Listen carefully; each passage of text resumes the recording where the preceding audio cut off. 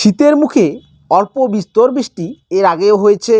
বিশেষ করে দার্জিলিংয়ে পাহাড়ে বরফ পড়ার আগে একটু বৃষ্টি বেশিরভাগ বছরই হয়, কিন্তু তা বলে ভরা শীতের মৌসুমে টানা 2-3 দিনের বৃষ্টি দক্ষিণবঙ্গের কিছুটা হলেও বিরল ঘটনা। বিশেষত ডিসেম্বর মাসের প্রথম সপ্তাহে এভাবে টানা বৃষ্টি একেবারেই ভাবাই যায় না। কিন্তু নিম্নচাপ মিগজোয়ের দাপটে হওয়া এই বৃষ্টিতে চাষের ব্যাপক ক্ষতি হয়েছে দক্ষিণবঙ্গে। এই সময় ধান কেটে ঘরে তোলেন কৃষকেরা, পাশাপাশি আলু বীজ রোপণ করা হয়। সেই সঙ্গে শীতের সবজি চাষ তো আছেই। অসমের বৃষ্টিতে সেই সকল চাষের ব্যাপক ক্ষতি হয়েছে, ফলে বিপাকে পড়েছেন গরিব চাষিরা। পাঞ্জাব হরিয়ানার মতো ধনী কৃষক পশ্চিমবঙ্গে বিরল। এখানে মূলত ছোট ছোট জমিতে চাষ করে কোনো রকম সংসার চালায় বাংলার কৃষকেরা। বর্ষার চাষ অনিয়মিত বৃষ্টি বা অতিরিক্ত বৃষ্টির কারণে মাঝে মধ্যেই ক্ষতিগ্রস্ত হয়, ফলে শীতের চাষের উপর একটু বেশি নির্ভর করেন বাংলার দরিদ্র চাষিরা। কিন্তু এবারে অসময়ের বৃষ্টিতে ধান আলু সবজি নষ্ট হয়ে যাওয়ায় ভয়ঙ্কর সংকট দেখা গিয়েছে এই দরিদ্র চাষিদের জীবনে।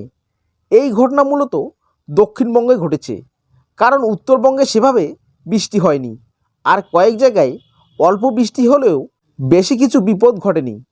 এই পরিস্থিতিতে ক্ষতির মুখে পড়া অসহায় কৃষকদের আবারও সহায় হয়ে দেখা দিলেন মুখ্যমন্ত্রী মমতা বন্দ্যোপাধ্যায়। প্রথমে ভাইপোর বিয়ে এবং পরে প্রশাসনিক ও রাজনৈতিক কর্মসূচি উপলক্ষে সম্প্রতি বেশ কয়েকদিন উত্তরবঙ্গে ছিলেন মুখ্যমন্ত্রী। সেই সময় তিনি আলিপুরদুয়ারের একটি সভা করেন এবং সেখানেই অসময়ের বৃষ্টিতে ক্ষতিগ্রস্ত কৃষকদের পাশে দাঁড়ানোর কথা ঘোষণা করেন এবং তিনি সেখানে জানান, বাংলার শস্য বিমার আওতায় ক্ষতিগ্রস্ত কৃষকেরা উপযুক্ত ক্ষতিপূরণ পেয়ে যাবে। উল্লেখ্য, পশ্চিমবঙ্গ সরকার রাজ্যের কৃষকদের কথা ভেবেই বাংলার শস্য বিমা যোজনা চালু করেন। এই বিমার কিস্তি বা প্রিমিয়াম কৃষকদের দিতে হয় না, তবে নিয়ম মেনেই উপযুক্ত নথি দেখিয়ে বিমার ফর্ম ভরতে হয়, তবেই বিপদের সময় ক্ষতিপূরণ পাওয়া যায়। বাংলার অসংখ্য কৃষক এই শস্য বিমা করিয়েছেন, তবে এমন অনেক কৃষকই আছেন যারা এখনও এই বিমা করেননি।